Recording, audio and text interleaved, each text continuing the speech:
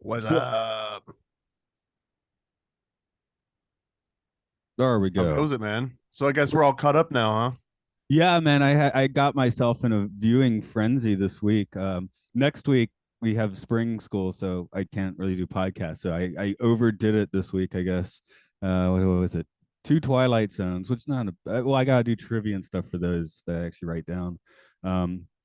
We watched 2001: A Space Travesty for our first excuse me, films or filth film. Yeah, not I've never good. heard of that. What is that? It's a Leslie Nielsen.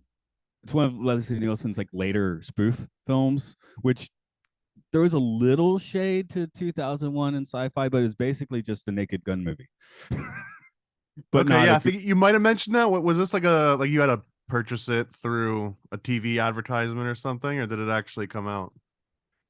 I don't know. I think it did play in theaters. Yeah, maybe. I'm not. You know, it's especially now. I never know if movies play in theaters or not. I think it did have a theatrical release. It was like a French production. Like the credits were in French, so and most of the actors couldn't really speak English all that well.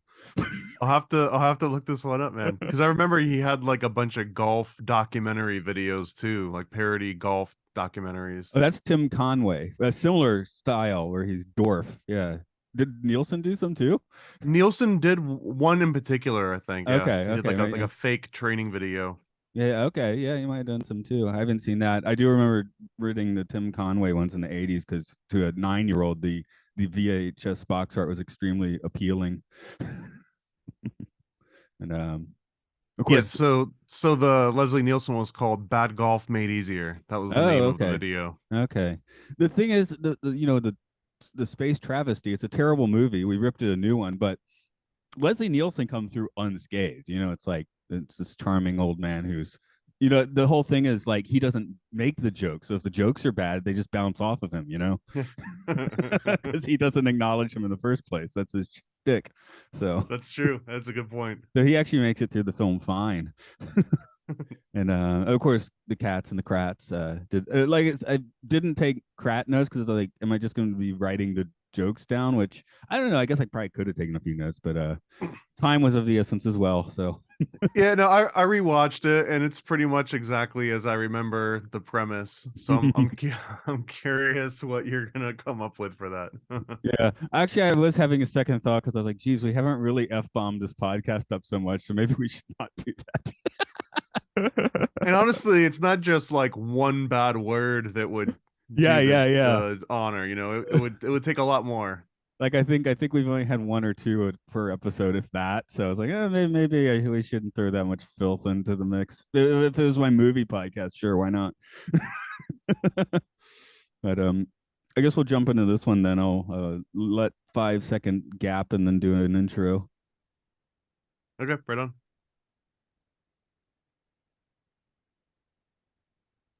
Hello, welcome to the Occult Disney podcast. As always, this is Matt here. It's Thomas, the paranoid American over there. How is it? It's okay, No, just there, just there. Very, we're just here. very green in there. That's kind of fun. When I used to when I wasn't married, I'd keep Christmas lights like in my room like year round because it's fun. It's jolly. Or is it just lazy? No, it wasn't lazy. It was I wanted them there. Yeah, for sure. Okay, okay, fair I, enough. lava lamp, all that sort of stuff. It's great. It must have been hot in there. Christmas lights aren't that hot.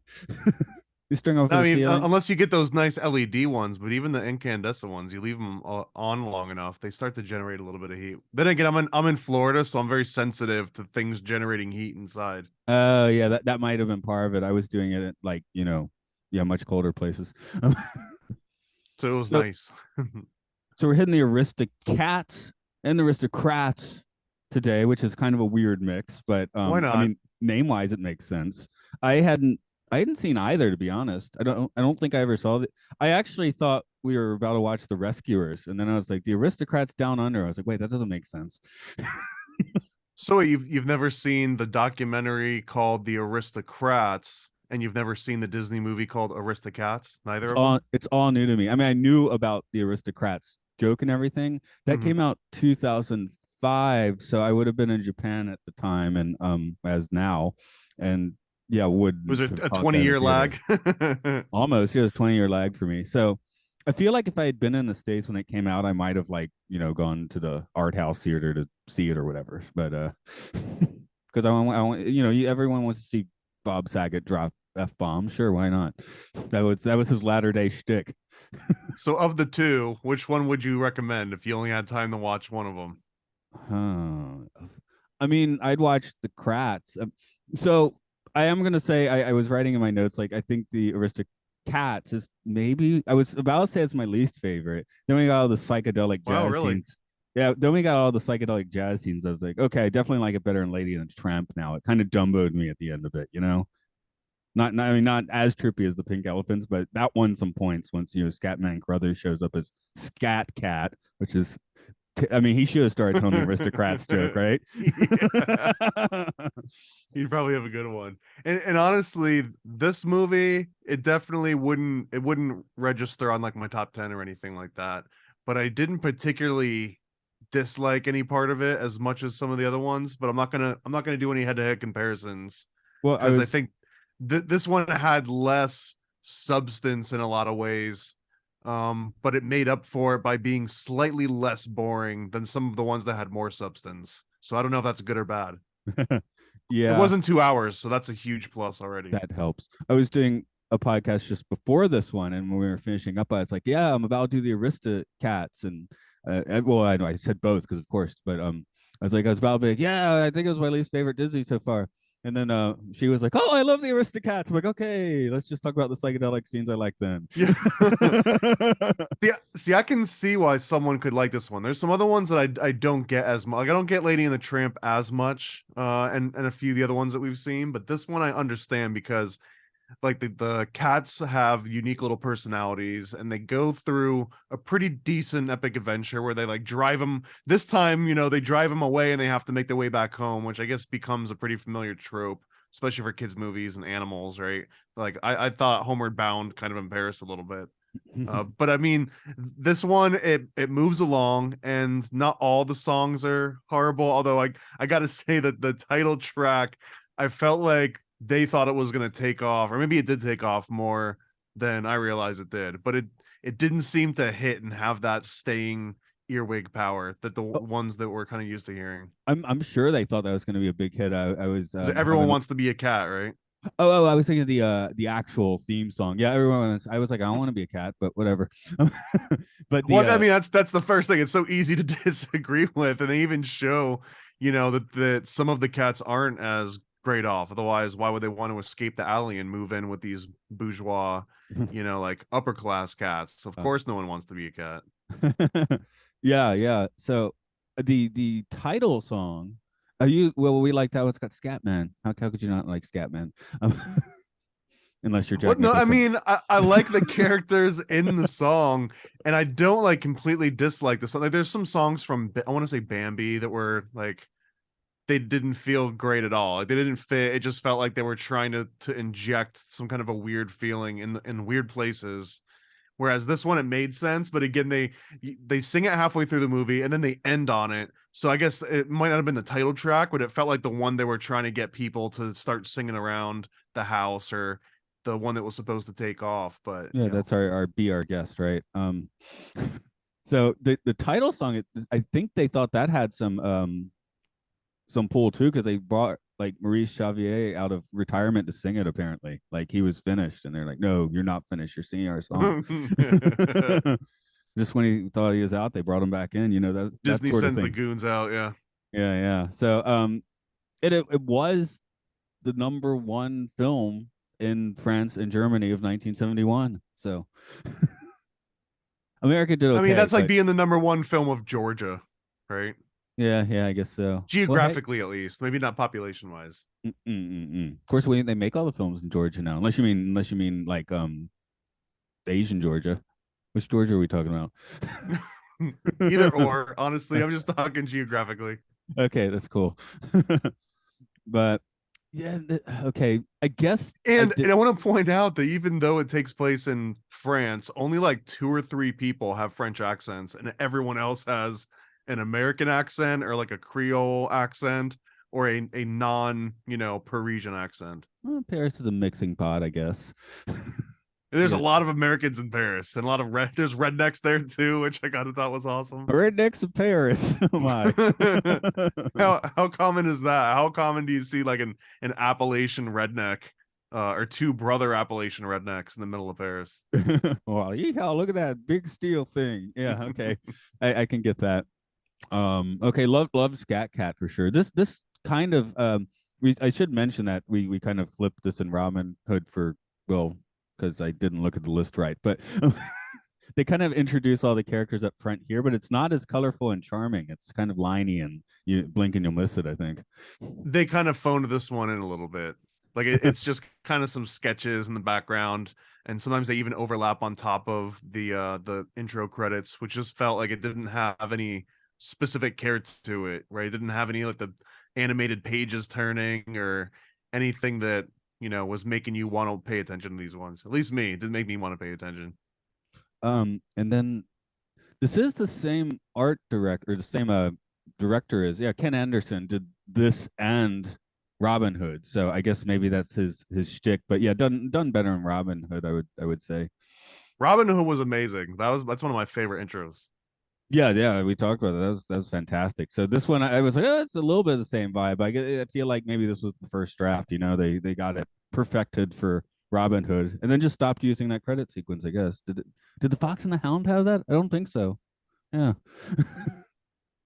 So I don't. We'll find out if the Rescuers do it or not. Then that's one that I think I've never seen the Rescuers, but I had one of those little like reel things that for kids where I'd watch like little clips from the Rescuers like a lot. So I don't even know if I've seen it or not, to be honest. But I wonder, have all of the versions of the Rescuers released to VHS and DVD been edited out? Was it only the theatrical release that had the little not safe for work sort of Easter egg?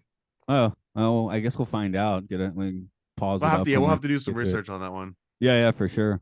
Um, as for this one, actually, it turns out this is the last one that before he had his head cryogenically frozen and put on a robot body. This was the last film that Disney had some personal green lighting for. And little little sunsetting too. Sundowning. Yeah. So this was going to be a two-part Wonderful World of Color episode, and at some point around 1963, I was like, nah, let's make it a feature film. So I I could see that. It has that feel. It has a feel that it might have been something else at one point and then it got tossed around. it does get back to the kind of episodic thing that we saw, I think, in earlier films. I guess Jungle Book is kind of a similar, beat though. Yeah, I mean, so this one has like a weird. I guess it gave me like a Mary Poppins vibe, a little bit, just because the very opening scene, it's about oh, how interesting. There's attorneys and cats. Like we're gonna learn about attorneys and cats in Paris. Like that's the opening line is someone's waiting for their attorney to show up, which is always the first thing that I want to hear is that my cartoon's about to be filled with legal characters. And then like the attorney shows up and it's basically Mr. Magoo. It's like two like super old people, right? And I I also want to like lead with this one.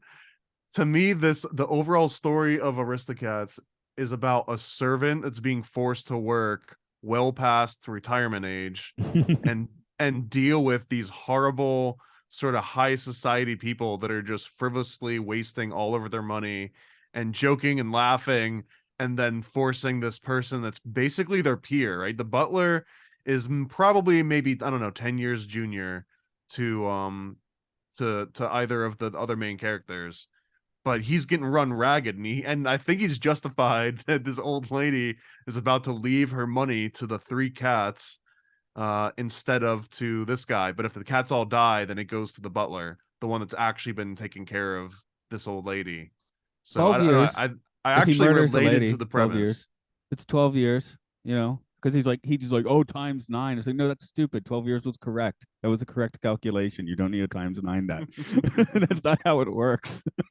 um, he was, though, kind of, I think, the key for me not quite getting into this film. So I'll read my note. I don't hate Edgar. What the butler was, or Edgar was the one that didn't let you get into the movie? Well, I'm reading my note here. I don't hate Edgar. I just think he's really, really, really, really, really boring.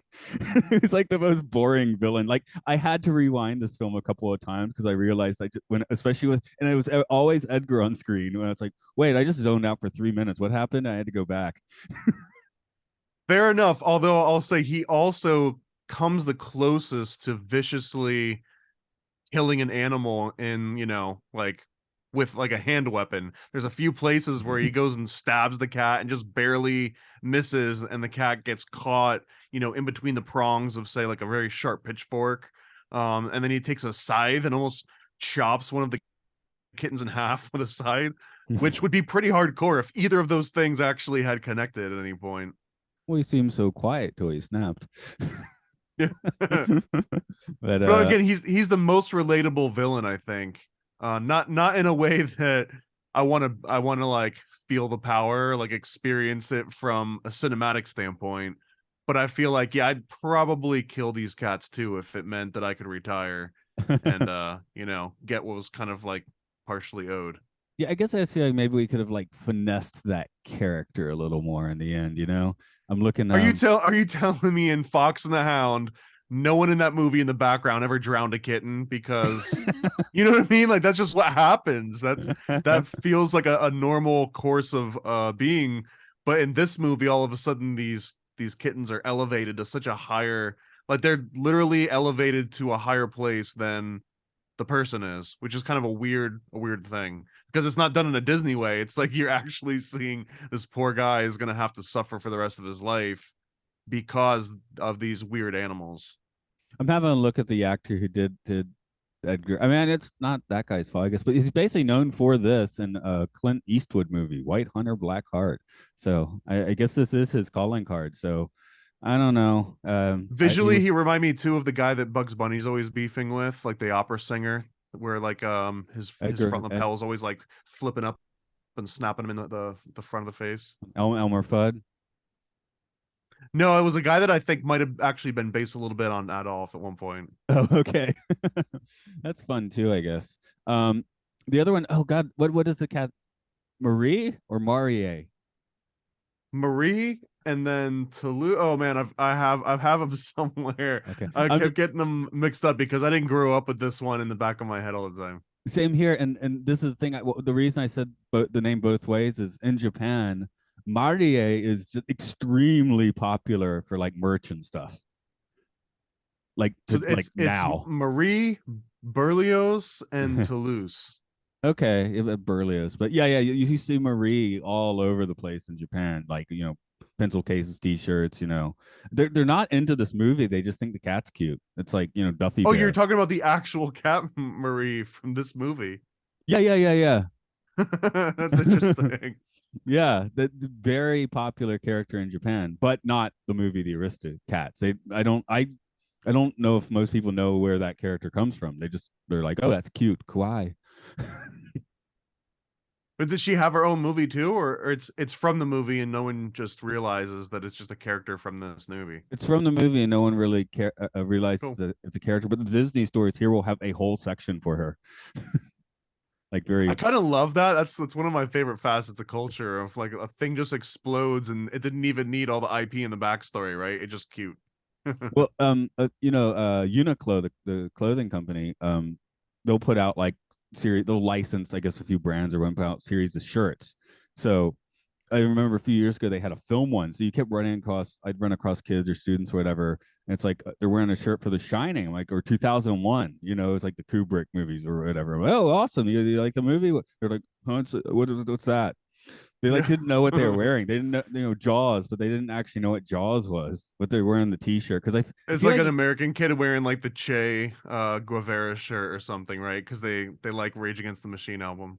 yeah. So I guess that's the thing. I feel like in America, if you're at least when I lived in America, if you're wearing a T-shirt, you should like probably be a fan of the thing you're wearing a T-shirt of. Well, that's like a boomer meme now, right? Of like the old guy that's like harassing some young girl that's like, name one song off this album, and she's got like a Led Zeppelin shirt or something. Oh It's yeah, like, yeah. just leave me alone. I've had some Ramon shirts come through, and they don't know who that is. It's again, it's just like it's a cool design, so because it's a Ramones seal, right? I'm like, yeah, I saw that band live. I They're mean, like, the what? They were a Spider-Man band? theme song, that's an easy one for the Ramones. Oh yeah, for sure. Oh, they would, no, might not know in Japan, but it's a thing. They love the style, but they don't know the thing sometimes, which is kind of a How about the Marvel movies? Are there any particular superheroes that are like insanely popular there that aren't as popular here? I mean, I haven't even been in the States since Marvel really blew up, but your normal Iron Mans and Spider Mans, I guess. So probably the Okay. same. I doubt it's that different in the States. You probably Yeah, get yeah, more it's obscure hard to ones. avoid that marketing machine. It would be like trying to avoid Coca-Cola, right? With all that money behind it. Right. Also, the kids have seen that movie, right? They know who Iron Man is, but they don't know who crazy Jack Nicholson murdering Scatman Crothers is on their Shining T-shirt. Well, that's honestly a shame because I feel like that one's a little bit more culturally relevant. I know that's what I'm saying. That wasn't actually on the T-shirt though. I was trying to like dovetail into this movie. Get her good. Yeah, Scat Cat loves Scat Cat. I didn't realize that was Scatman Crothers till after the movie. I was like, oh, that's why I love Scat Cat. That's great. Who he was. I mean, he was a musician. What I think one of the I was listening to another podcast or reading a book or something where they were talking about one of the reasons he works so well in The Shining is since he wasn't actually an actor, Kubrick couldn't really get to him. He was just going to do whatever he was going to do, and it was like kind of outside of Kubrick's direction. But that's kind of why he was cast in at the same time in The Shining. So, and then when you watch that movie, he seems like he's in a different movie, like in a good way. But Yeah, or maybe he just out crazied Kubrick because that movie was the one that broke Shelley Duvall, where Kubrick intentionally told everyone on the entire production to kind of just be cold to her and ignore her if she was ever uncomfortable or asked people for like, oh, could you get me and they just keep walking like she was a ghost almost, and it like mentally broke her. And I feel like if you tried that with Nicholson, he could just turn the dial up on you. You know what I mean? Like that would be a scary game of chicken. Would be to like see who can outstress the other one if it's between Kubrick and Jack Nicholson. right. So I guess the thing with Scatman is if you cast him, you are casting him. You're getting that package. He's not going to act for you. He's going to be this guy on your screen or doing your voice as it is in this movie. Yeah, they just had him show up and then they wrote the movie around whatever they got from him in the booth the first time. I was looking at some of the reviews, like contemporary and a little later. Some of the generally somewhat well reviewed. I mean, a little, positive but on the lukewarm side of positive. Um, I didn't. There were complaints that Phil Ferris was just doing Blue again, which I don't know. I didn't feel that way. I So absolutely felt you that. did maybe because he looked Oh like a yeah, cat. big I was time. thinking more. I was going more back to Tramp, I guess. Watching him. So which also makes I sense. But guess, although I mean I made a note here that like, oh, it's just Baloo. I don't know, like the what we're talking about Thomas O'Malley, the Malley cat, yeah, which eh eh lukewarm Blue, and then yeah, yeah, room temperature, yeah. Sterling Holloway definitely not Ka level here, but again he gets to be Sir Hiss next or in Robin Hood next time. So this is just a little law in like his awesome roles, I guess. And also I made a note that when Edgar drives first, it seems like he could have just easily killed those cats with the sleeping pills. Like that was an overdose of sleeping pills without question to feed little kittens. But anyways, I was expecting like, oh, this was a short movie. This is 20 minutes. He killed the cats with the sleeping pills, collects the He's money, rich. done. The end, yeah. But it just knocks him out. But I swear that this redneck farm that he drives him out to, that's the farm from Fox and the Hound, no? Isn't that it seems like he's dropping him off with the Hound. Yeah, yeah. It's a short drive from Paris to the backwoods in Kentucky. And I don't know, it felt like the same little journey too, because that's kind of that same premise where they drive away from this remote location and you got to like find your way back. It's almost, I don't know, it felt like if they could have reused anything they could have done that and just said, oh yeah, it's Paris now. I definitely wrote my most inappropriate notes for this movie. Oh, that's fun. when O'Malley shows up, I wrote that alley cat's out for some pussy. And then he starts doing a finger motion. I'm like, whoa, that's like Steven Tyler on the Rock and Roll Coaster. They had to digitally edit his fingers out, but O'Malley's still doing something relatively horrible looking there. So Wait, what did they have to edit out? Because I actually rode that constantly. That was one of the rides that was within 5 minutes walking distance from the front door of where I was working. yeah, apparently, no one caught for years that he was making the shocker with his hand for a decade or two. Oh, yeah, okay. I mean, yeah, I saw that. But I they don't I don't eventually edited it. It's like not there anymore. I think I heard a rumor they're Interesting. going to switch it all out for Queen anyway, but that's unfounded rumor, of course. Yeah, and I don't know. I don't know if that's very practical, but It it would doesn't be sound cool if practical. they revamped it. No, it's not very practical at all, but whatever. The AI can do crazy things at this point. Like I the Freddie Mercury life life journey, it just ends in a hospital room at the end. It's like very sad. yeah. The coaster slowly slows down and a kind Yeah. of magic starts playing. Some kind of magic. I forget, is that the album name? Something like that. Um, I don't know. Oh, and then after that, I read, are the kittens about to watch Kitty Style? Because O'Malley is quite forward. Okay, maybe I didn't. He's so much hornier in Baloo. It's like Yeah, I don't horny know. It's Baloo, at least. I feel like the voice didn't match the character on this one. Hmm. And I say that going into it, and not, I guess, I don't mind the voice of Baloo, and I love the Tailspin version, which I know is probably not the same person, but I the voice is cool. Like I love the cadence and the feel and everything. It just did not match this main character at all, especially not like the personality that they were portraying with this character. I don't know. It should have been a little bit slimier, I think. It would have been so much cooler as like a Master Shake style voice. They were that would be fun. They were going for quite a while with the idea of him having tabby cat stripes, which they decided would be too hard to animate, so they dropped Yeah, it. it would Would have been that a would pain in the ass. but would that have like added like a little bit of like making him look sleazier to make it work? No, you know what? Because now he's got competition with Heathcliff, and Heathcliff was way cooler than, Malley Cat. Okay, that's I think this might be a year or two before Heathcliff, but yeah, about the same It time. doesn't So matter because Heathcliff wipes the floor with Thomas O'Malley. okay, It's not even competition. okay, yeah. I have a friend that's still like mentally scarred by the Heathcliff theme song because when he was a kid, he had a Heathcliff alarm clock, and it instead of ringing, it would play the theme song. So he just can't handle it anymore. Again, it's that even that is more of an earwig than everyone wants to be a cat. That is true. I can't quite remember what everyone wants to be a cat sounds like. I heard it last night, So Yeah. Heathcliff, I got that all in my head. Yeah. This also interesting enough, I guess Robin Hood. Yeah, Robin Hood, um when Maid Marian or someone comes along, the young male rabbit says something about, oh, that's sissy stuff when, they're talking about kissing. And this movie again, the young cat, when Thomas O'Malley is, kind of like making like some romantic gestures. Again, this kid's saying like, "Oh, that's sissy stuff." I just thought it was such an interesting. Like, someone felt that was such an important dynamic that they needed to keep repeating it in these movies for the young kid to see someone showing affection and immediately get grossed out and say, "Oh, that's for sissies." It just Those seemed like narky such a '70s kids.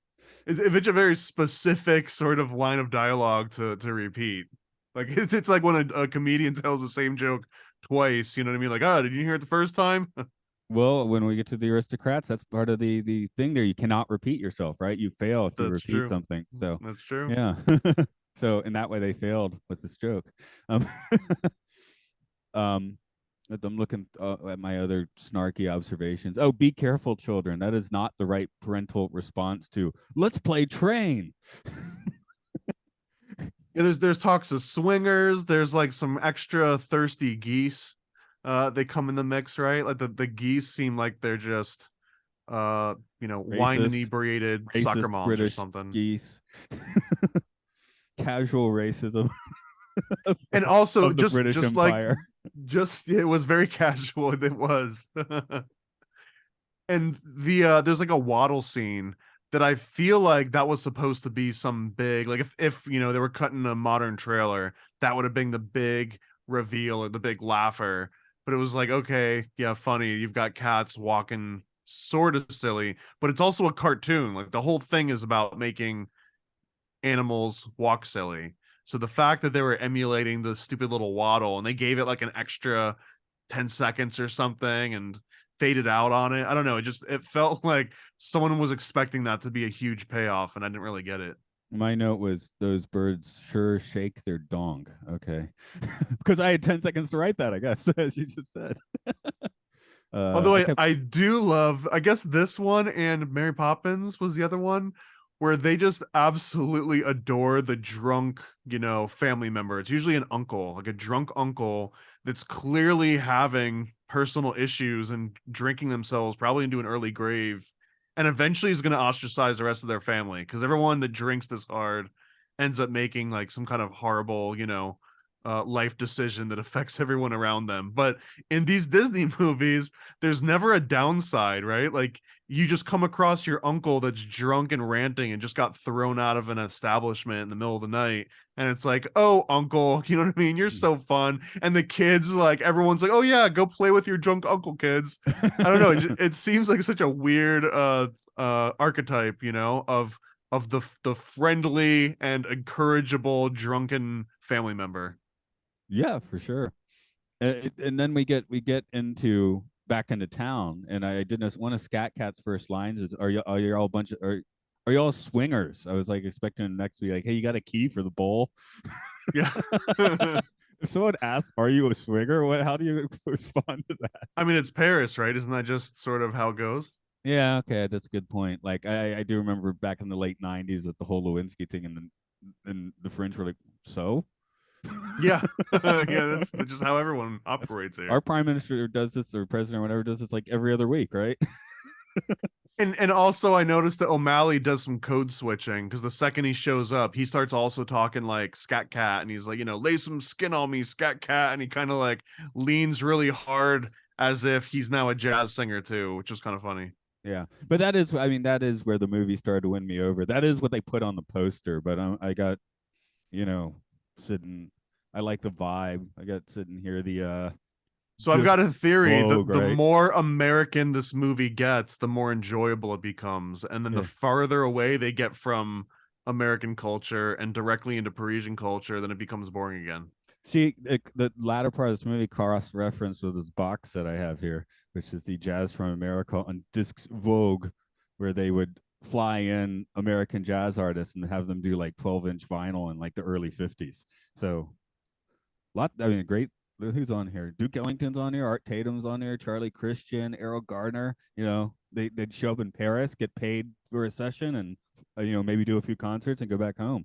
And I can't help but notice you've got a Zoot Cat poster behind you too, which feels appropriate. I don't know if you did that just special for this or if that's a coincidence. Oh, that's always there. I put that there about a year and a half ago when I realized I kept doing these podcasts, and there's You've just been a blank planning wall ahead for this particular for a episode for year and over a a year. half. That's right. That's Yeah, a long payoff, years. man. This I That poster was in my bedroom 20 years ago too, man. This is a long burn.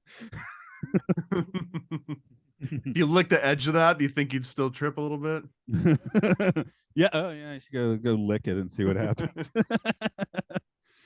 Oh, let's see. Then You all of a don't get. sudden, you actually start understanding everyone wants to be a cat. You'll I get it, explain why that man. really. Yeah, I get it Look at the now. It all makes flashing sense. colors. Kids just should have joined the beatnik life. I mean, um, I do like the Uh, idea of using meow as an exclamation more often. You see something like meow. I don't know. It has a certain connotation to it. The way that they say it, I don't know. I don't know. It's uncomfortable a little bit. Yeah, yeah, yeah. And Um, and I wonder too, kind of like the Cats movie, apparently there was a butthole version that they never That's what I released. heard. That's what I heard for the podcast where I have to watch terrible films. That is eventually on the list, but it's going to be a few years, and I will be looking for the butthole cut if I can find it. But that might be a rumor. I might have to watch Well, some last I like saw, there were some AI versions of just like specific scenes where they, digitally re-added the buttholes again, and it is superior. It is definitely a superior version. Okay, I'll have to see. I mean, it'll be like 2025 or 26 when we They actually could get have to done the that little one. So jewels too. I don't know if you've ever seen the infomercials for the cat. I think they call it cat jewels, and it's like a little it's like an ankle bracelet that you wrap around the end of a cat's tail, so that this little ruby or like a little emerald looking piece of cut glass kind of like conveniently hangs over the butthole. okay, I thought you were about to tell me they're giving their cat a butt plug. I mean, it doesn't necessarily plug it, but it just kind of like gently rests against the edge of it, and you just pretend it's not there. But there's a point to this, and I was wondering because specifically there's a in this scene where they start dancing for the first time, there's some extreme close-ups of the back of the cats, and that was the first thing I thought of was I wonder if in the animation room there was a butthole version of this scene because it would have been hilarious Oh, and and it would have made this so much more enjoyable. that's maybe why 5 of the 9 old men worked on this movie. Yeah. They were like, "Ah, let's screw around with the movie some. That'll be fun." I did just notice my final note here was got a tab of acid for the end. So, uh, should have licked my poster back there. Okay. Well, man, Oh, there's so many other parts of this, and it's sort of the ending scene, when they go and they start singing and dancing. Because like as soon as that happens, they go back and then they send the mouse, but it's sort of the big crescendo, right? Or it's like the big climax at the end is when they do this big jazz song and dance with the psychedelic colors and everything. yeah, yeah, yeah. Well, that's called winning me over, but for that segment of the film. Now, Edgar's last plan is to try and send them to Timbuktu, and I'm like, hey, a cat can probably have a fine time in Timbuktu. Yeah, honestly, it doesn't seem like the cats were ever in any major danger, except for when he's literally trying to murder them with, sharp instruments and poisons.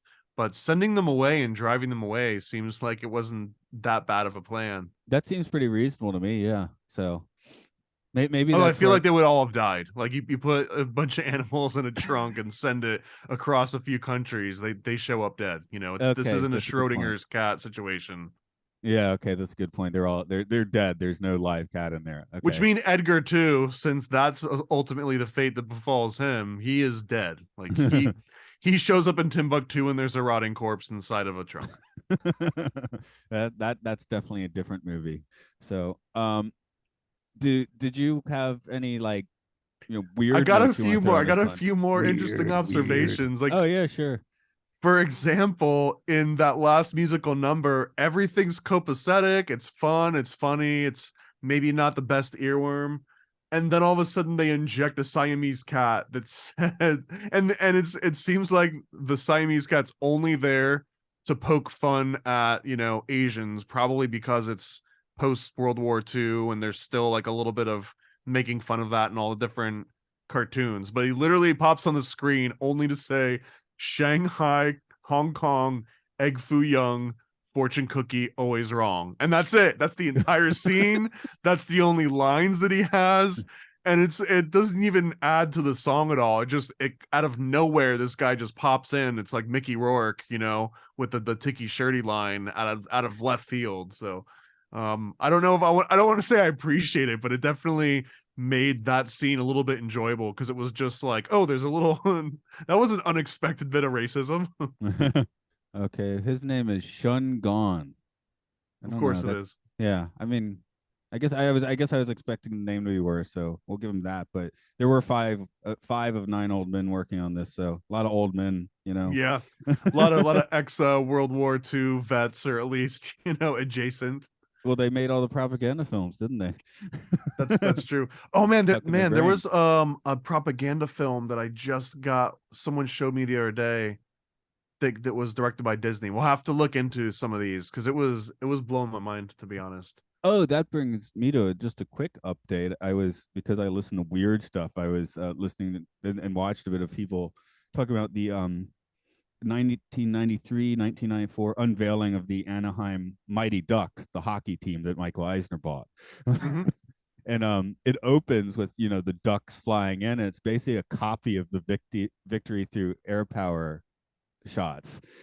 So I was like, that's I amazing. mean, yeah, although to be fair, I think Ducks owned that V formation They before did. military adopted it. So it's a little bit unfair Well, they also But called it also, victory yeah. through duck power. So Yeah. it's victory through duck power on the screen. So which And then there's the swastikas, which was weird with the hockey sticks. Yeah, I think that was in bad taste. and then there's the mascot, not Mr. Freeze, that's Schwarzenegger Batman.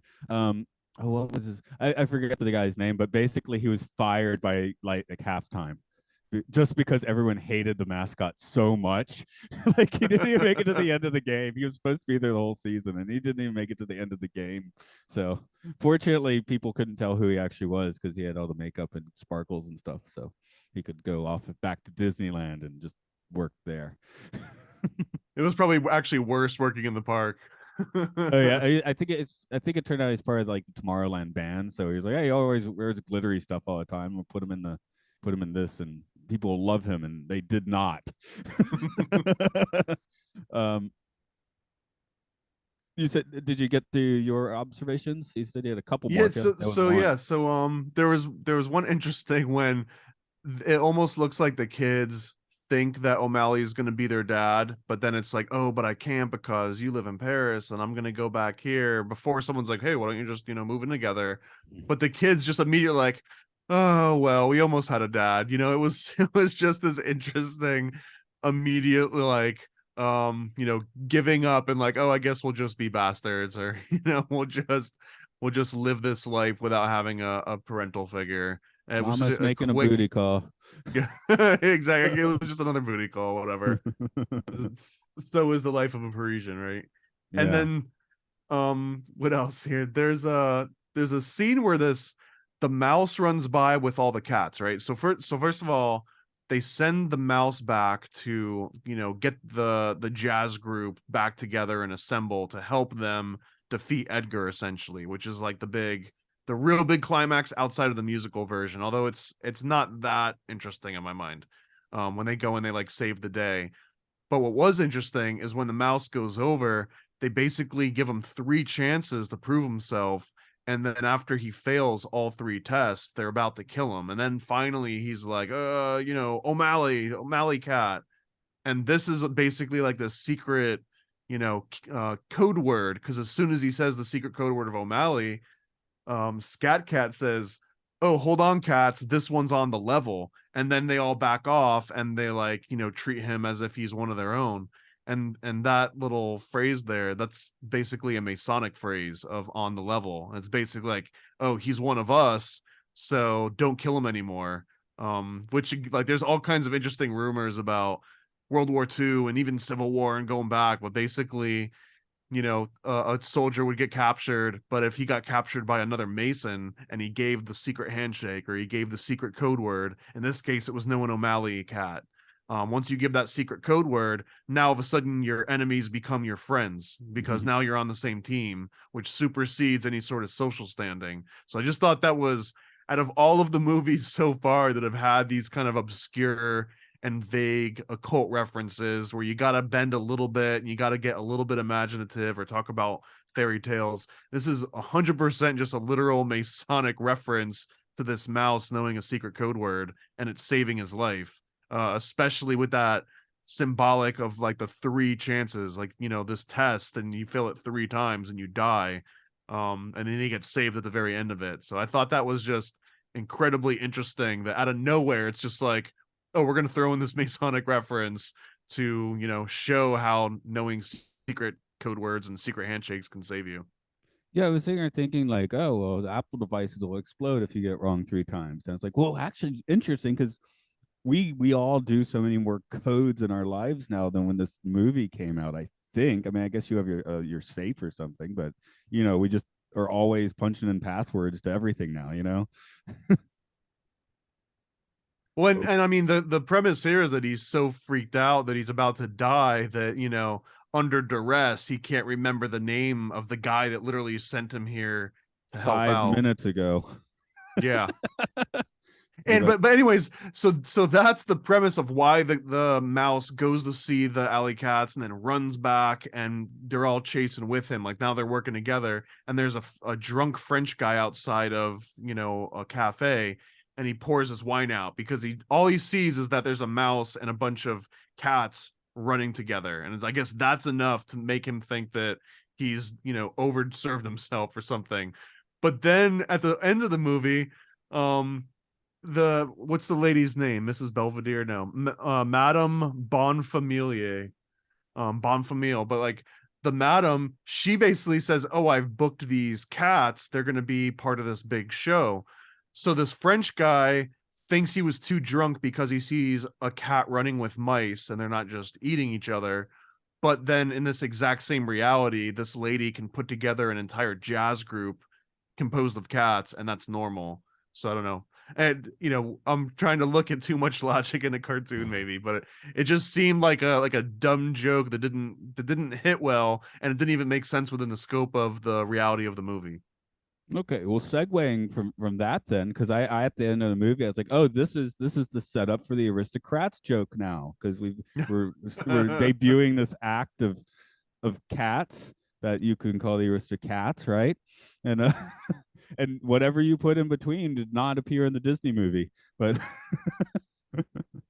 So these three cats show up on stage, right? Marie, Berlioz, and Toulouse. and they got their handler with them, they got their owner with them. We got toss her. So in this case, it's not the family and a dog, it's the family of cats and the lady. So And the butler's there. There's sleeping pills involved. I mean, you see where it grows. I guess people were telling the Aristocrats joke, and they didn't really make it clear when this thing really Well, in came the about. movie that came out in what, 2005, you said 2006 or so, If they I were in that movie, they were talking about how it was at least 40 or 50 years old. So yeah, we're talking at least the 1950s or 40s, and probably a little bit before that.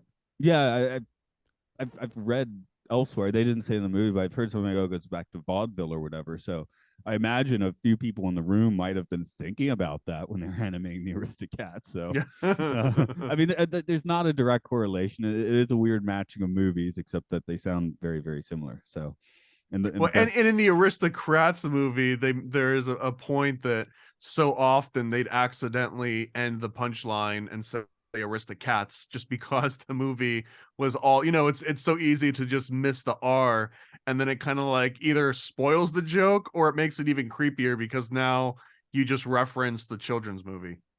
did you? Yeah, did you like an or prefer any of the other names? They have the sophisticates. They could be the sophisticates. Oh, the royals. That's one that hits nicely. I like that one. The Royals, wasn't there like the debutantes or something? Yeah, yeah, yeah. I think my favorite is the sophisticates, but I appreciate anyone that just wants to make it the royal family and make it hit a little harder. Sure, why not?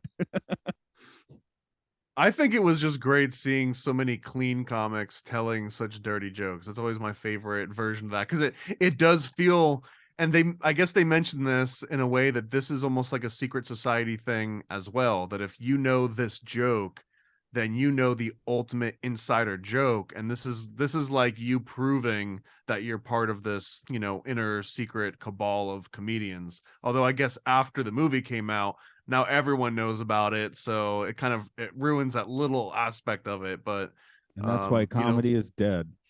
well, they've been milking it for the last 50 or 60 years, so why not? Yeah, yeah. I guess like I said, I didn't watch it when it came out, so watching it now is kind of weird. Just seeing everyone 18 years younger. John Stewart shows up. Oh, he's still a handsome young man here. That's amazing. You know. That he was peak Daily Show in the middle of this movie for sure. Yeah.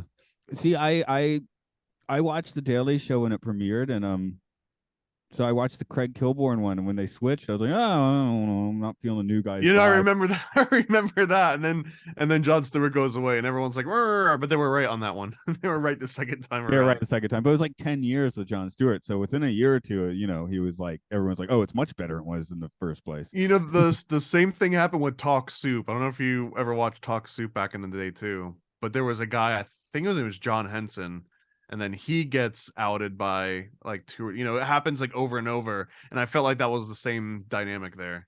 That's definitely a name because I never really watched it, but I maybe scanned through the TV once and saw it. And I was expecting to see some Muppets, and they didn't show up, so I was disappointed. I hear hints and I want Muppets. And in the Aristocrats documentary, there's a bunch of comedians talking about who they heard it from, and a couple people, or at least one person, said that they heard their first version from Bill Hicks. And I would have loved to have heard Bill Hicks' version because I'm sure it was a very angry take on it, which I would have loved to hear. It was nice that George Carlin was still alive at this point because they could. I don't know if they could make this movie without at least George Carlin in it.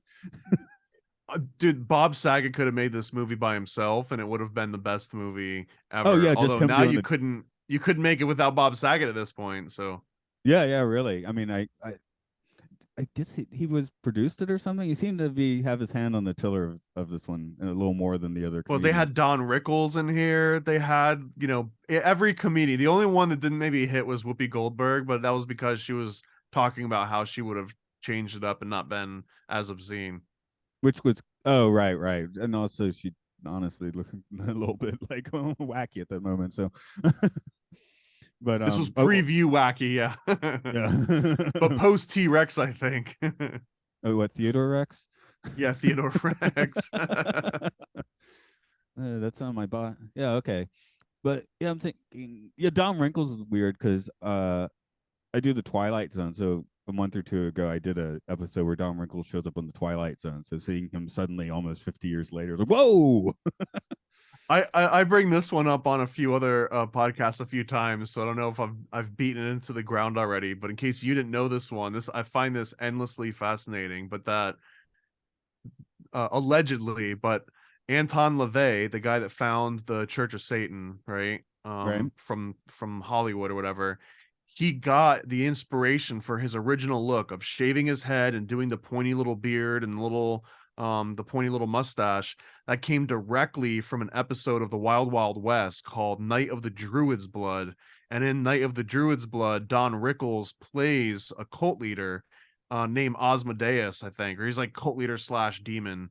And in that particular episode of Wild Wild West with Don Rickles, he looks exactly like this character that Anton LaVey later kind of like adopts that character. So our entire premise of, and the Church of Satan and the origin and Sammy Davis Jr.'s homeboy, all of that aesthetic came from Don Rickles, which I don't know.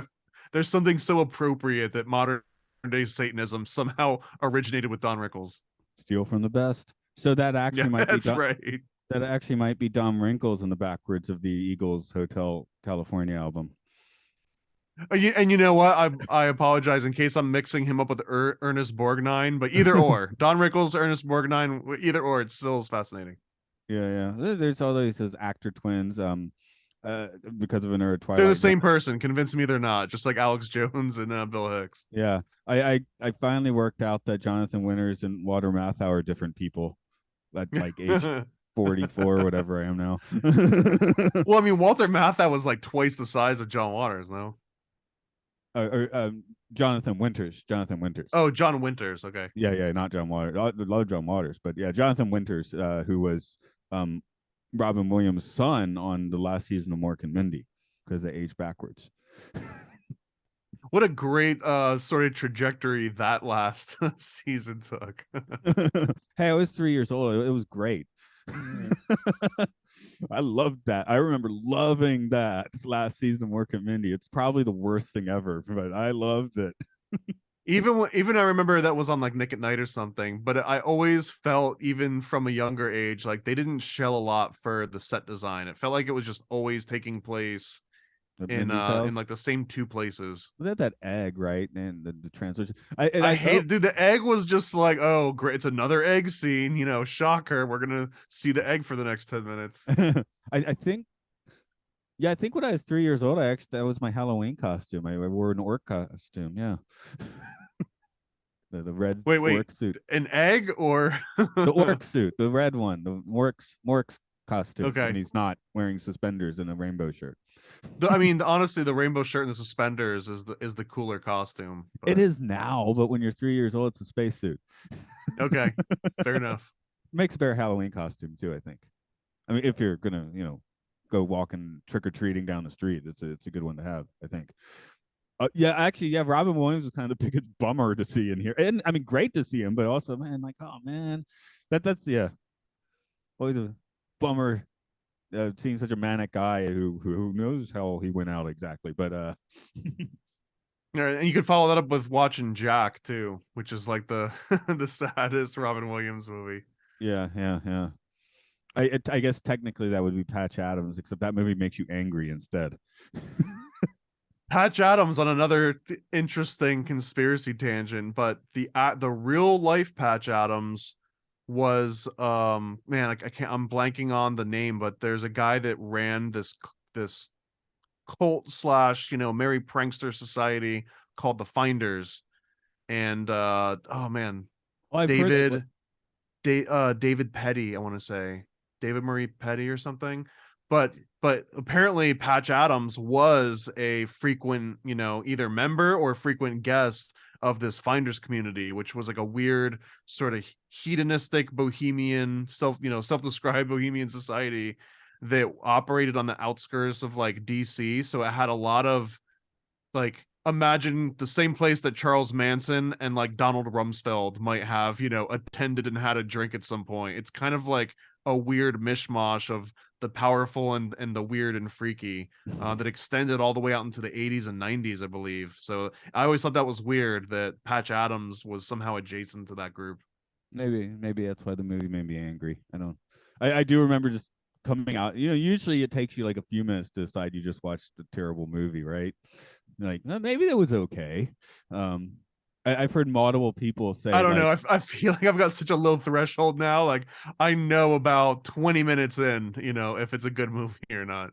I've just heard about 5 people, including myself, after seeing the Amazing Spider-Man 2, being like, oh, yeah, okay, that's good. And by the time they had gotten home, we're like, well, actually, So is two the one with Mary Jane or the one with the newspaper publisher's the, daughter? the second Andrew Garfield one, So the Emma Stone the one with Jamie one? Foxx.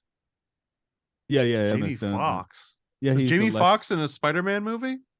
Electro. He was Electro. Am I mixing up actors here? Oh God, now I have to look. Yeah, I think. Anyway, Was Jamie Foxx Electro? I want to. I mean, he was acting super dorkish. Yeah, yeah. Now I'm like second guessing myself. I'm pretty sure it's correct. I guess you're gonna find this before me. Let's see. Jamie. No, yeah, Jamie Foxx. Okay. Yeah, but this is the one that had Emma Stone in it. Yeah, so Yeah, yeah. So ironically though, this was the far more interesting comic book story and plotline and love interest, way more interesting than Mary Jane ever would have been, although they didn't really do this particular storyline the justice that I think that they could have. well, I remember walking out of the theater being like, "Oh, that was very Ditko, like Steve Ditko on screen. That's great." But by the time I got home, I was like, "Yeah, that wasn't the lecture wasn't very good. And the story was kind of weird, you know. I don't know. So I should probably rewatch that one sometime. But I'm so burnt out on superhero movies. I think Spider Man's the only one that maybe I can do. So maybe I can rewatch that one. But I've missed. I finally fell off the wagon. I haven't seen like the last 4 tentpole Marvel movies because I quit caring. Have you done any of the Doctor Strange movies? That was kind of I saw both of them. The second one I Okay. think is the last Marvel movie I saw. So I haven't seen any that have come out since that. Is that the one that killed you, or was that an exception? It's weird. It's not even like I mean I liked watching the theater. I'm like, oh, it's got I mean it's got Sam Raimi touches which are cool. It's not really a Sam Raimi movie, but it's got enough touches that it entertained me. But I just quit caring. It wasn't even like this is bad or anything. I was like I don't care anymore, Yeah, no, I get it, man. which is surprising because I was a comic book kid and 15 years ago I was Well, all in on this. there's some that are so good that I think stand outside of the blase, just kind of like mainstream. Like for example, Punisher Warzone. Have you ever seen that one? It's kind of like shot like a low budget B movie, but it's amazing. It's kind of like the Dread remake. It was just called Dread. It Oh didn't yeah, get that's nearly great. as much promotion, Carl but it was a Urban. great movie. It's a Yes. great experience.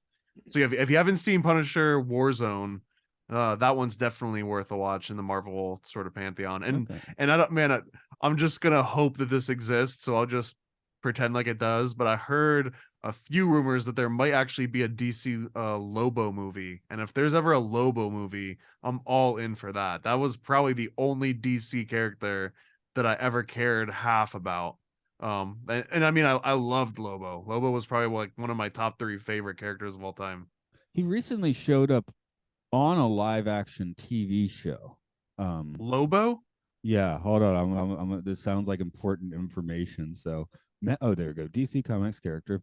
It was a show I was in, like Krypton, maybe. I think it was Krypton, the TV show Krypton, which I didn't even know existed. So, vacation history. Oh man, I'm looking at this first appearance of Lobo, where he looks completely ridiculous. Okay, uh, film appearances.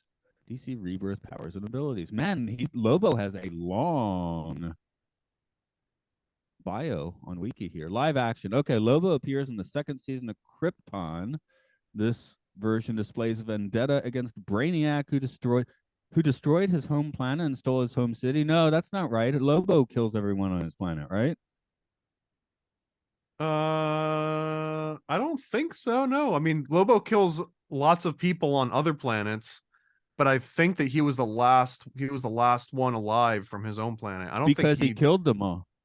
he killed his own people. Yeah, he killed everyone on his planet, so he had to leave his planet and start killing other people. Because he was supposed to be like the absolute, like, out, like the most heightened version of the anti-hero badass possible, right? So Well, it's of just course funny he had to because kill now his the entire modern version of species. Lobo, he's got like a cute little daughter that he follows him around everywhere. Oh, okay. So yeah, we need the 90s. Lobo was for the 90s for sure. I mean, it's great in the 80s, but he was the most 90s character ever, I guess, is maybe the in a fun way. So so who was your favorite? I guess Saget was your favorite of the comedians here telling this joke. Out of Maybe I the shouldn't ask name, a out lead. of the big names, Saget. Although there was a couple people that I didn't, I recognized them from seeing them, but I didn't know them by name. That had some really good variations on it. But yeah, Saget, Saget just brings it to the next level, and the fact that he's like, and then I'm gonna tell this joke to the Full House girls. I just thought it was a nice little cherry on top. Yeah, see, you'd want to go. It's like I'd want to go with George Carlin. But I'm like, well, it's basically his normal act. Like Yeah, Carlin, and and he his doesn't. wasn't bad. He was talking about like, he got very textural. He was talking about corn and peanuts and different viscosities. And I I get it, but man, everyone, and also Donna Carey was in there too. What else? Harry Shearer, which was Mr. Burns, had a few good ones. The guy that did Apu, I can't remember his name off the top of my head. Is He that had Hank some really great Azaria? ones. Yeah, Hank Azaria. He had some decent ones. Yeah, yeah.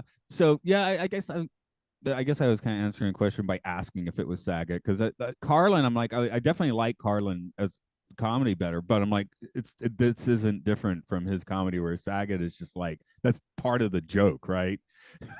That is so insane.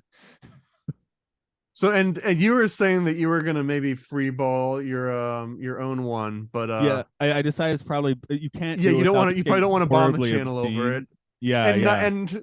and honestly, like they were saying that this is about the comedian and not the joke. So it's about, like how well you can improvise, how well your jazz is. But unless you're practicing your jazz constantly, it might not land great. Although I do have an interesting sort of variation on this. That's not necessarily an Aristocrats joke, but I tried plugging it in the Chat GPT originally. I went and found the Bob Saget version, which is probably one of the dirtier ones. So, and as you can imagine, the second that I pasted it into Chat GPT and hit send, by the time it spit out like 4 or 5 words, then all of the text went away and I got a big red warning that's like, what you've just tried to send our system is highly inappropriate. It's violated our content policy, and it basically stopped typing at that point, and I had to like make a new session. The So CIA is on the way to your house right now. well, I don't know over the joke, but definitely it was more than just like a warning. It was like, oh, we're immediately stopping what's going on here. We're putting an And end to I this. tried it with the legacy version, the optimized 3.5, and then Chat GPT 4, which is the newest one. And another technique that I've learned, just to have fun with these AI systems, is that I'll base 64 encode something, which is basically just kind of encode. It's not an encryption, but you encode it so that it's no longer human readable and it's a lot easier. You can take a big chunk of text and make it a little bit smaller. It's almost like zipping it a little bit. So I took the Bob Saget Aristocrats joke and base 64 encoded it. So now it's just a bunch of gobbledygook, right? So it let me paste it into ChatGPT without giving me the big red warning. But then ChatGPT would come back and, for example, 3.5 just said, it basically said it didn't understand what I had sent it. It said, I'm sorry, but I'm having trouble understanding what you're trying to communicate. It just seems to be a mixture of words and phrases and sentences. Please provide more context. And when I tried giving it more context, then it was like, oh no, we're not allowed to do that. I started a new one and I sent the exact same base 64 encoded joke to ChatGPT 4, and it immediately comes back and it says, I cannot engage in discussing or providing any response to explicit, offensive, or inappropriate content. And that was it. It just ended the conversation. Well, I guess they're But rolling the other way since last time they let the AI loose. It just went Nazi within 3 hours or something. well, they kind of always do, because who has the most amount of time but kids on 4chan, right? But here's the interesting thing is that if I went with the non-legacy version of ChatGPT and the slightly older one, I sent the exact same base 64 encoded, and then all of a sudden I got what sounded like a aristocrat adjacent story, but it lacked any of the humor or like the vulgarity, but it's very, very dark. It turned into very dark prose. So I just want to read a little bit of this weird thing. And the interesting part is that there's no question here. There was no command. There was nothing that said like, here's a joke, tell me what you think of it, or tell me a joke. It was just the joke encoded and nothing else. You know what I mean? So it immediately comes back and it says, the show starts strong with my son and daughter playing with my son and daughter playing with our dog. The dog is old and has missed some of my son's milestones, so the video is only one of the few memories we have. The dog is one of those loyal pets we can't imagine life without, so the memories are especially precious. The dragon is another element of my son's life. The dragon represents the unknown, and my son's imagination is fascinating. The dragon is a reminder we can create our own stories. And then it starts talking about how the dog's teeth are falling out, and that how the son and the daughter are incredibly sad because the dog is dying because of its falling teeth. And it goes on to this long prose. It's about like 8 paragraphs. And I thought it was such a fluke that I went and found another version of the Aristocrats joke, and I did the same exact thing.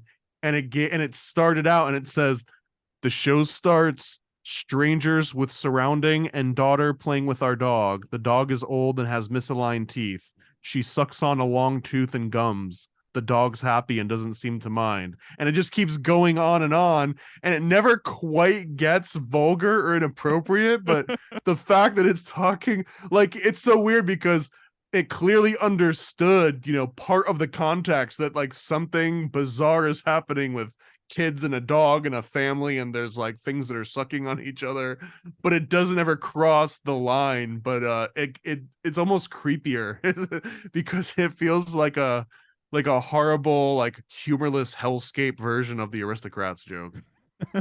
Yeah, the colorless one. That is, you should start a Twitter feed for that. Just like the dark is disturbing. shrinking, and my son finally comes out of the shadows, reeling how much he wants to make something out of his life. My daughter is studying and doing well, but I worry about her safety and the risks that come with living in a big city.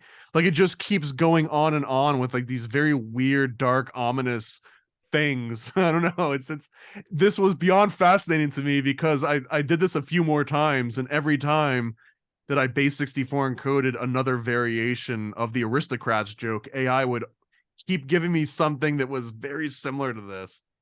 That's great. I love that. I'm like, that should be like a Twitter thread of just like creepy, non-vulgar aristocrat jokes done by AI. That's a Twitter feed waiting to happen. So, in case you do listen to the Occult Disney podcast with your family around the radio, I'm not going to go full Aristocrats dirty, but I had a thought about how I did it, and I am going to have to go straight to an F bomb to make this effective. I was like, Uh-oh. okay, how would I construct this? I mean, you have to construct. It's like jazz. You need to have a basic melody, right? And that's what I got from the movie. I'm like, oh, all of them are taking like something, a little something from their life, building off of that or on their shtick, right? So I think I got a good idea on at least the foundation for how I would construct the joke if I had comedy chops. Which Okay.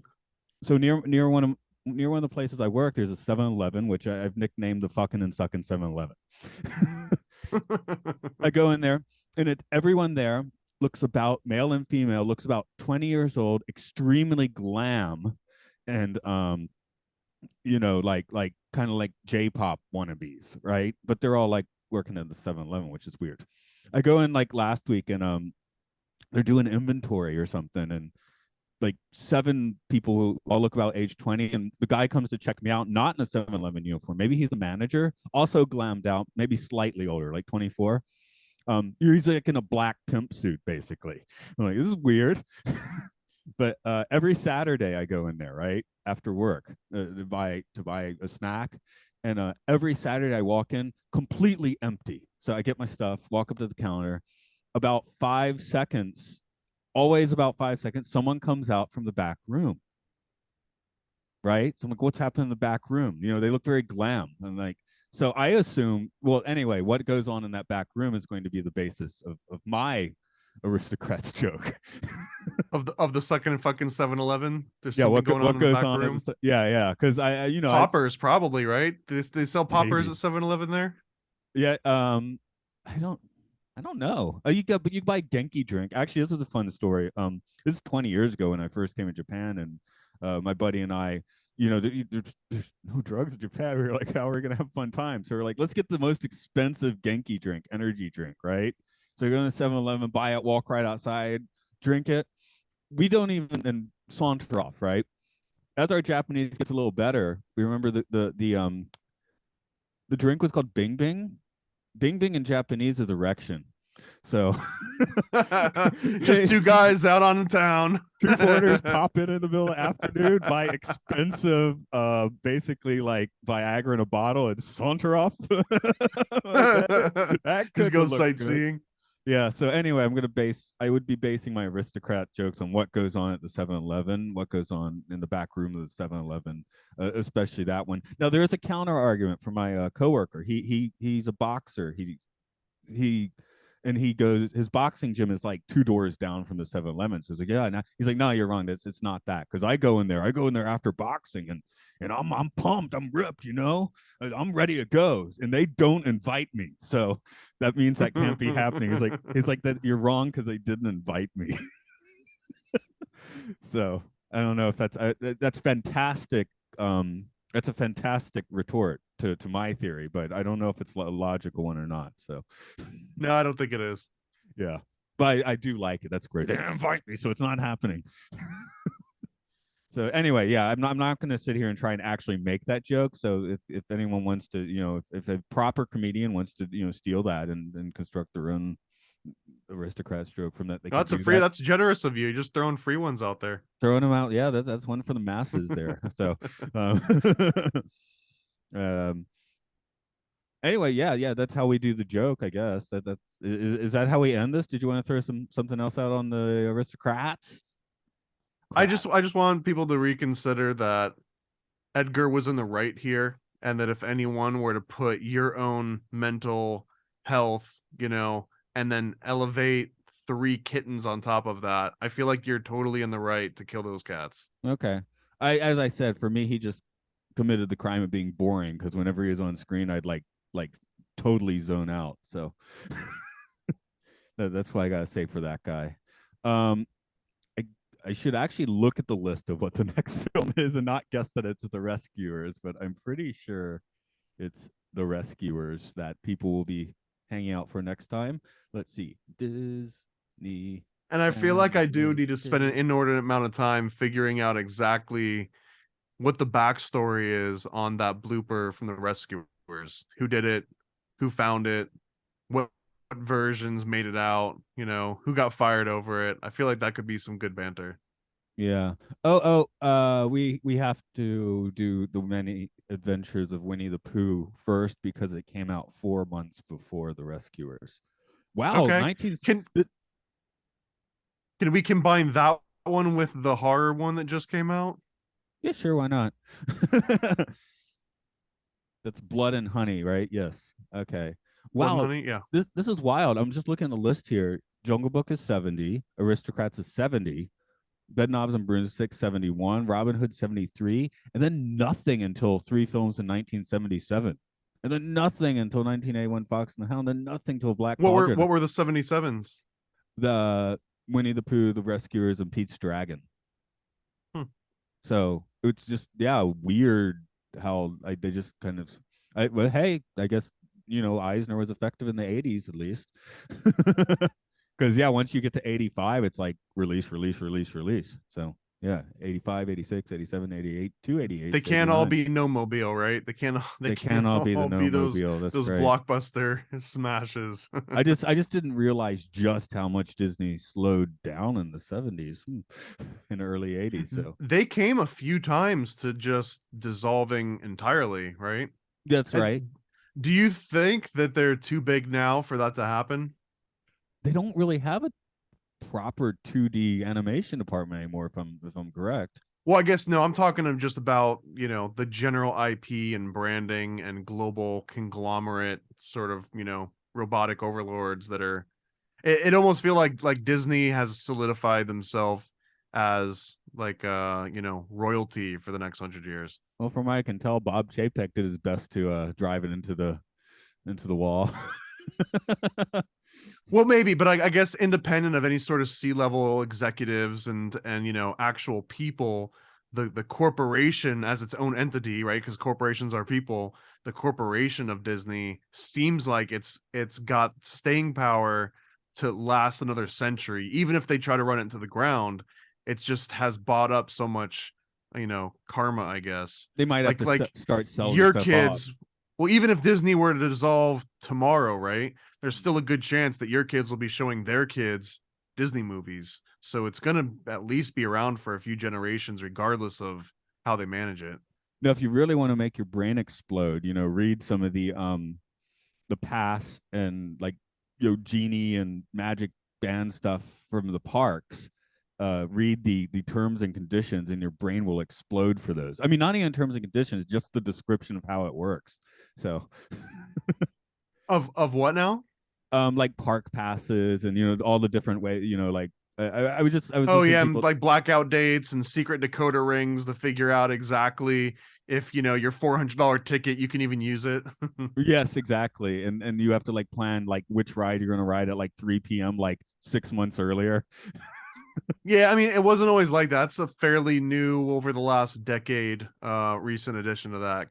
Cuz man, the golden time was that you had the pass, you show up, you go on single rider line, you ride the ride and you go and hit them all up like that. And then if it was too busy, you would just get like a little fast pass. It's like when you go, I don't know how in Japan if it works to save like you go to the grocery store if there's a long line, you take the little ticket with the number on it, right? And then they call your number and then you go up so that way you don't have to sit around and wait for it. And that was like the perfect time, but now that's been taken to the extreme like you're talking about, where now it's like you buy your ticket to Disney in 6 months from now, and then 3 months before your trip starts you start getting alerts on your phone that's like, schedule the exact time to the 15-minute increment of when you want to go on the teacup ride, and then based on trajectory, here's how long it'll take to get through that line and get to the ride. So that if you want to go on, this other ride, and it kind of plans your entire itinerary out all for you. It's almost like going to like AAA and having them book your whole vacation and like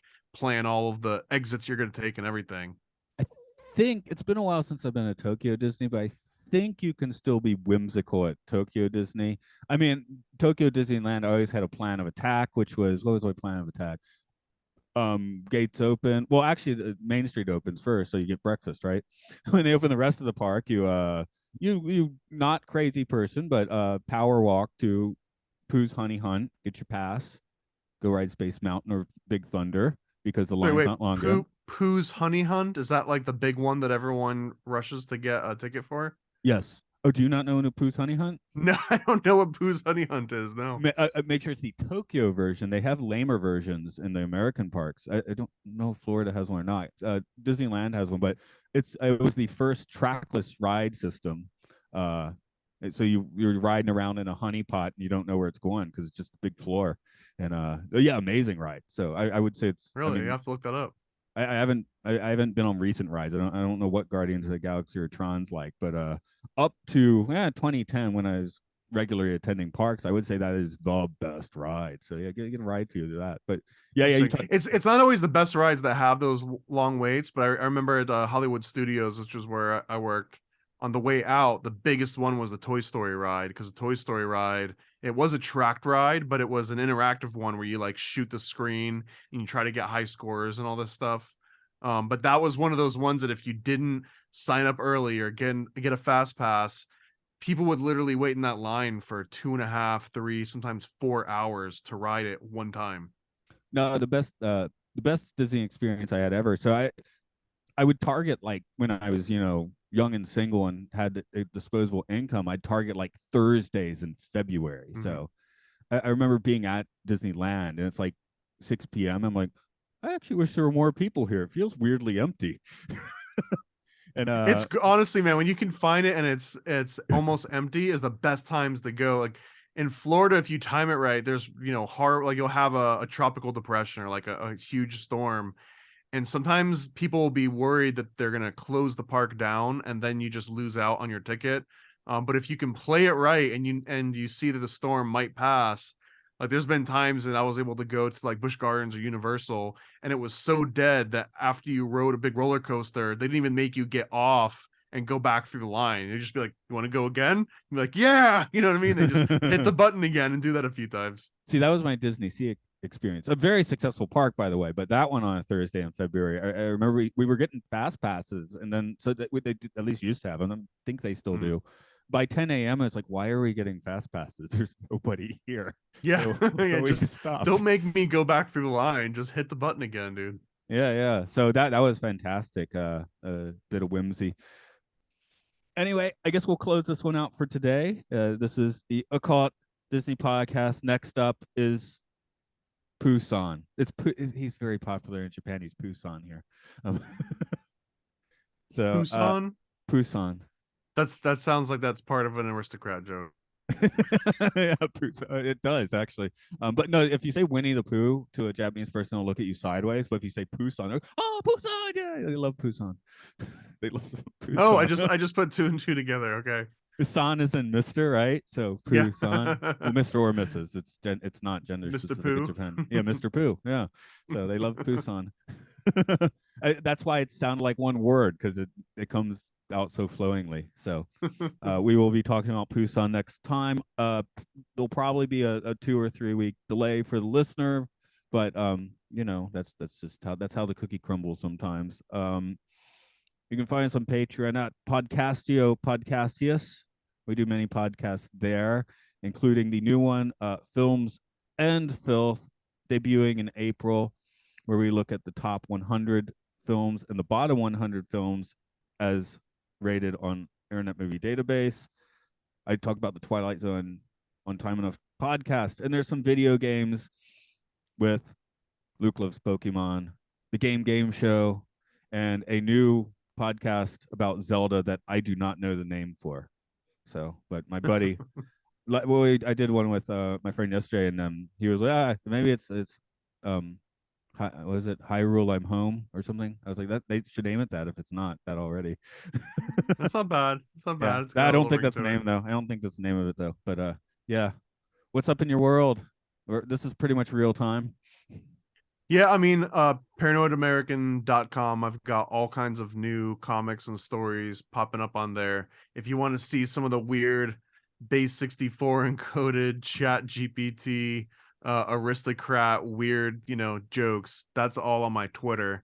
It's weird. I use my different social media accounts for different things. So really weird, disturbing things go on Twitter. Animations and videos and cartoons and comic updates go on Instagram, and then the website is where I'm just always putting all the new finished stuff. So yeah, paranoidamerican.com. And I think we've probably got like 3 or 4 different Kickstarters that are in pre-launch phase right now. So there's one called Never a Straight Answer, or NASA, about Stanley Kubrick directing the moon landings. You can find that one on the website and sign up for notifications. And then we've also got The Chosen One, issue 2 that's coming out. And man, two or three others too. I've got one called Mold, which is about a poor lunch lady and her cat that get tormented by middle schoolers. And then it's up to her to save the world, but she doesn't want to because the kids in her school have tortured her, so she's going to hold it against humanity. That's going to be a really great one. And there's another one called Rising from the Ashes, about uh these adventurers that every time they get tattoos, they pass out and wake up in a dream world and can use the tattoos as like physical objects, but they always die at the end, usually getting burnt alive by a big phoenix. So it's called Rising from the Ashes. It's just about constantly dying over and over. So those are all fun. Those are all really fun ones. What's the name of their act? The Aristocrats. Oh, you got it right. Good job. I didn't know if you go cats or crats, so I was like kind of like holding my breath on that. And then they start vomiting into each other's mouths and they jerk off in it, and then there's some poop involved and phlegm, and yeah. Okay. I'm gonna pop off to work then. Like I said, I think next week I'm definitely not. My mornings are gone for next week, so I'll probably see what's up as April rolls around for Poo-san. Okay, we'll figure it out. Okay, keep it real. I'll stop the recording first.